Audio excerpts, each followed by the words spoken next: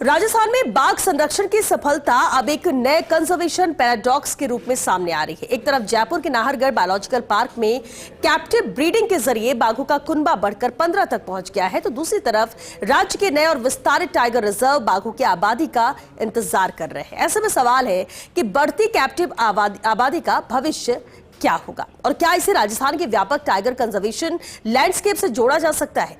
देखिए first India news की यह खास रिपोर्ट। नाहरगढ़ में बाघों की बढ़ती संख्या राजस्थान के कंजर्वेशन ब्रीडिंग प्रोग्राम की बड़ी सफलता है, लेकिन अब चुनौती इस आबादी के वैज्ञानिक प्रबंधन की है। नंदन कानन से लाई गई बाघिन रानी और ग्वालियर से लाए गए बाघ शिवाजी से 2024 में 2 शावक हुए। इसके बाद अप्रैल 2025 में 5 शावकों के जन्म और हालिया प्रजनन से नाहरगढ़ का कुनबा 15 तक पहुंच गया।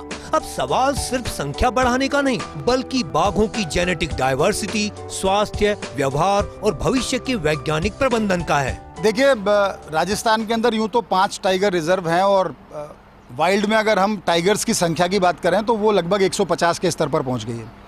लेकिन कैप्टिविटी में भी लगातार यहाँ पर ब्रीडिंग कर रहे हैं टाइगर। खासकर नाहरगढ़ बायोलॉजिकल पार्क की बात करें तो मेरे ठीक पीछे आप देखोगे ये दोनों बहनें आपको बैठी नजर आएंगी, वृंदा और अंबे। ये अच्छा खास बात ये इनकी बिल्ट देखिए आप, इनका पिछले साल ही 27 अप्रैल को यहाँ जन्म हुआ था। ये रानी के जो दूसरा लेटर हुआ उससे ये 5 शावक हैं।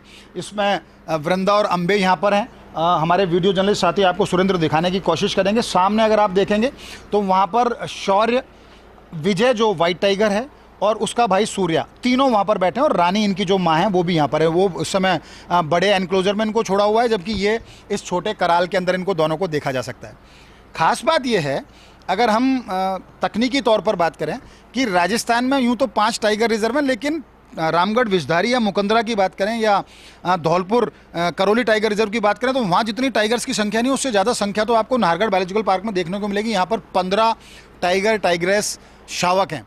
खास बात यह है कि रानी के जो पहले लेटर हुआ था उससे भीम स्कंदी, उसमें भीम वाइट टाइगर है, वो भी यहाँ पर मौजूद है। उनको टाइगर सफारी में छोड़ा गया है। गोरेवाड़ से जिस तरह से गुलाब को लेकर आए थे, चमेली यहाँ पर है, भक्ति का एक शावक यहाँ पर है, और T79 जो रणथंभौर में जो 79 जो बाघिन थी उसकी मौत हो गई थी, उसके बाद जो उसका शावक है रणवीर, उसको भी यहाँ लाया गया है। वो भी लगभग 4-4.5 साल का हो गया है, लेकिन उसकी रिवाइल्डिंग नहीं की जा सकी है। दिक्कत यही है कि यहाँ जगह कम पड़ रही है। लेकिन राजस्थान के अंदर अगर दूसरे बायोलॉजिकल पार्क की हम बात करें, चाहे माचिया हो जोधपुर का या फिर अबेड़ा हो कोटा का या फिर सज्जनगढ़ हो उदयपुर का, वहाँ एक्सचेंज प्रोग्राम के तहत कोई दूसरा ऐसा जानवर नहीं है जिसको जयपुर भेजा जा सके। ऐसे में यहाँ लगातार बाघों की संख्या 15 टाइगर्स को आपको यहाँ रखना बहुत टेढ़ा काम है। खासकर इनब्रीडिंग की समस्या भी हो सकती है, क्योंकि अगर टाइगर सफारी के अंदर भीम स्कंदी दोनों भाई बहन को छोड़ा गया, उनकी उम्र 2.5 साल के लगभग है और वो ऐसा दौर भी आएगा जब वो आपस में अगर मेट किया तो निश्चित तौर पर इनब्रीडिंग की समस्या होगी।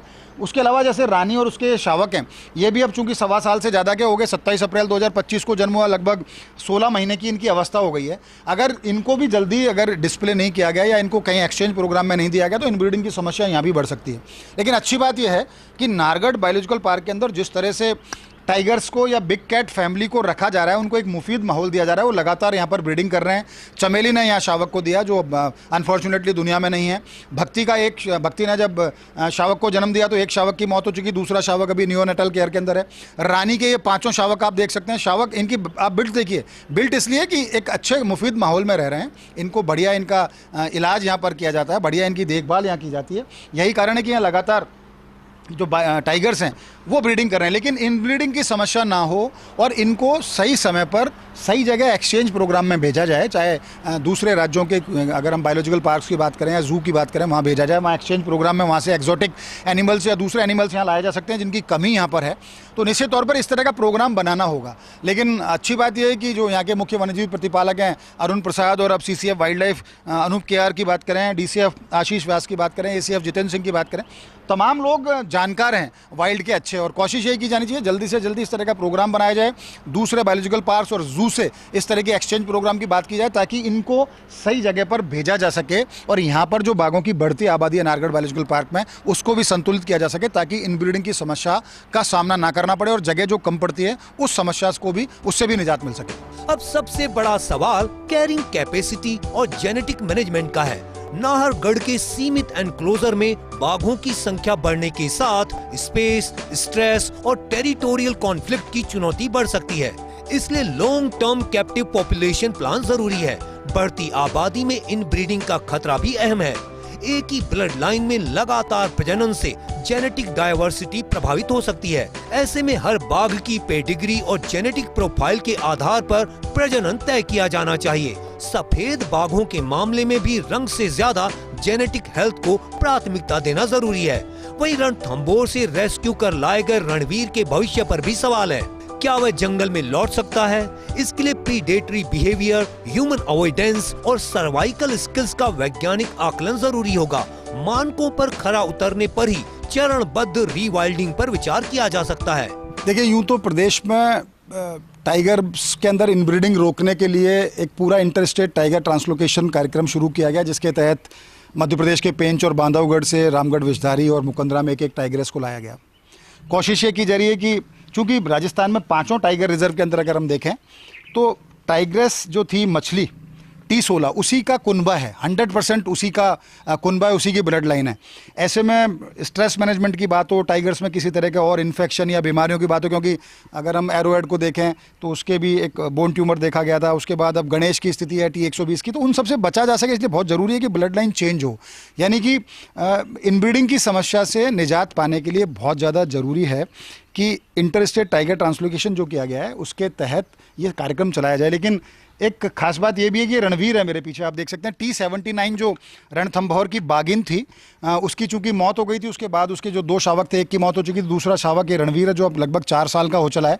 इसको रणथंभौर से जयपुर भेज दिया गया था ताकि इसका यहाँ पालन पोषण हो सके और बिना माँ के इस रणवीर को यहाँ पर पाला जा सके।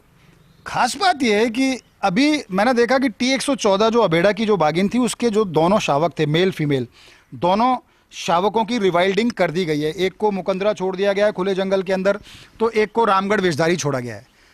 अब रणवीर की जहाँ तक बात करें, देखो उसका एग्रेशन आप देखने की मैं आपको दिखाने की कोशिश करूंगा कि इतना एग्रेसिव है कि इसमें, क्योंकि जन्मा तो वाइल्ड के ही अंदर ही है, लेकिन ऐसा राजस्थान में आज तक नहीं हुआ कि किसी की वाइल्ड में किसी का जन्म हुआ हो उसके बाद उसको कैप्टिविटी में लाया गया और कैप्टिविटी से उसको वापस से वाइल्ड के अंदर छोड़ा गया हो। लेकिन रणवीर के मामले में ऐसा करना चाहिए। हालांकि NTCA की नॉर्म्स हैं, CZA की नॉर्म्स हैं, उसमें यही है कि एक बार वाइल्ड से कैप्टिविटी में आने के बाद उसको दोबारा उसकी रिवाइल्डिंग नहीं की जा सकती, क्योंकि उसमें वो क्वालिटीज़ उसकी डल हो जाती हैं, वो उसके जो तेवर हैं वो उस तरह के नहीं रह पाते कि वो वाइल्ड के अंदर सर्वाइव कर पाए दूसरे टाइगर्स के बीच में। लेकिन रणवीर के मामले में मैं आपको बताऊं कि ये जो रणवीर जो है ये इतना आक्रामक है, इसके अंदर वो तमाम तेवर हैं कि अपने आप को सुरक्षित कर सकता है। और अभी तो मुश्किल से 4 साल इसकी उम्र हुई है, तो निश्चित तौर पर अगर वन विभाग इस तरह का निर्णय ले कि इसकी रिवाइल्डिंग करे, कोशिश ये हो कि एक बार ऐसा साहसी डिसीजन लिया जाए कि रणवीर को वापस से इसको जंगल के अंदर छोड़ा जाए, तो एक नज़ीर तो पेश होगी, इसको इसका जायज़ हक भी मिल सकेगा, क्योंकि जो जंगल में पैदा हुआ और एक छोटे से आप देख सकते हैं इस कराल के अंदर इसको। अच्छा, खास बात इसमें एक लकुना ये भी है, एक दिक्कत ये भी है कि इसको यहाँ पर भी ज़िंदगी भर इस कराल के अंदर ही अपना समय गुजारना होगा। इसको डिस्प्ले भी नहीं किया जा सकता, क्योंकि जो CZA की नॉर्म्स हैं उसमें इस तरह के बाघ को ना तो डिस्प्ले किया जा सकता, ना उसको एनक्लोजर में छोड़ा जा सकता, ना उसकी रिवाइल्डिंग की जा सकती। तो आखिर इसका कसूर क्या है? क्योंकि एक बाघ की जो वाइल्ड में पैदा हुआ है, अमूमन 15-1 साल के आसपास उसकी एज होती है, लेकिन कैप्टिविटी में ज़रूर क्योंकि 18 से 20 साल 21 साल तक उम्र हो सकती है। तो अभी इस 4 साल के इस खूबसूरत प्राणी को आप देखें किस तरह से वो ऐसा लग रहा है ना, संकुचित आपको बैठा हुआ नजर आ रहा है। इसकी कोई गलती नहीं है कि ये वाइल्ड में पैदा हुआ, इसकी माँ ख़त्म हो गई, इसकी कोई गलती नहीं है कि वो यहाँ पर आया। तो इसको इसका एक जायज़ हक भी मिलना चाहिए और वन विभाग ऐसा कोशिश करके देखे, NTCA से परमिशन ले, विशेष अनुमति ले, CZA से विशेष अनुमति ले, कम से कम अगर रिवाइल्डिंग नहीं की जाए तो इसको एक बड़े एनक्लोजर में छोड़ा जाए, इसको डिस्प्ले तो कम से कम किया जाए, ताकि ये एक छोटे से कमरे में अपनी ज़िंदगी गुजारने पर मजबूर ना हो। और बेहतर तो ये होगा कि इसकी रिवाइल्डिंग की जाए, एक साहसी फैसला लिया जाए, ताकि इसको जायज़ हक भी मिले और ये वाइल्ड का जो प्राणी है वो वाइल्ड में ही सर्वाइव कर सके। यही राजस्थान का सबसे बड़ा कंजर्वेशन पैराडॉक्स सामने आता है। एक तरफ नाहरगढ़ के एनक्लोजर में बढ़ती बाघ आबादी, तो दूसरी तरफ रामगढ़, विषधारी, मुकुंदरा हिल्स और धौलपुर करौली जैसे लैंडस्केप। ऐसे में वैज्ञानिक ट्रांसलोकेशन और पॉपुलेशन सप्लीमेंटेशन की संभावनाएं तलाशना जरूरी है। लेकिन इसके लिए habitat assessment, prey base assessment, carrying capacity, genetic compatibility, pre release training, post release monitoring और human wildlife conflict assessment जरूरी होंगे। जरूरत अब इन सिटू और एक्स सिटू कंजर्वेशन को जोड़ने की है। नाहरगढ़ को जेनेटिक मैनेजमेंट और कंजर्वेशन ब्रीडिंग का हब बनाकर देश के अन्य मान्यता प्राप्त केंद्रों से जेनेटिक और एनिमल एक्सचेंज मजबूत किया जा सकता है। साथ ही राजस्थान के लिए एक टाइगर मेटा पॉपुलेशन प्लान तैयार हो, जिसमें बाघों की जेनेटिक मैपिंग, ट्रांसफर और आबादी के वैज्ञानिक प्रबंधन की रणनीति तय हो।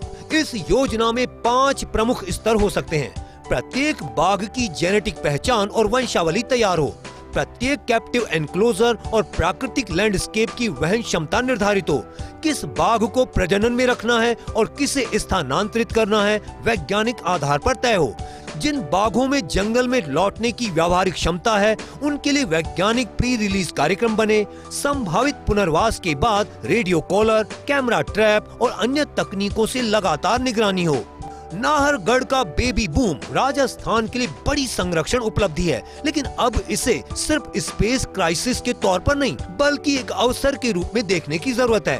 नाहरगढ़ की कैप्टिव ब्रीडिंग क्षमता, टाइगर रिजर्व के इन सिटू लैंडस्केप और आधुनिक जेनेटिक मैनेजमेंट को जोड़कर एक मजबूत मेटा पॉपुलेशन मॉडल तैयार किया जा सकता है। यानी चुनौती सिर्फ बाघों की संख्या बढ़ाने की नहीं बल्कि उनकी अगली पीढ़ी के सुरक्षित भविष्य की है। नाहरगढ़ बायोलॉजिकल पार्क के अंदर बेबी बूम ने कैप्टिव ब्रीडिंग की सफलता को तो दर्शाया है, लेकिन अब इसके साथ साथ जेनेटिक मैनेजमेंट कैसा होगा इस चुनौती को भी सामने लाकर खड़ा कर दिया है।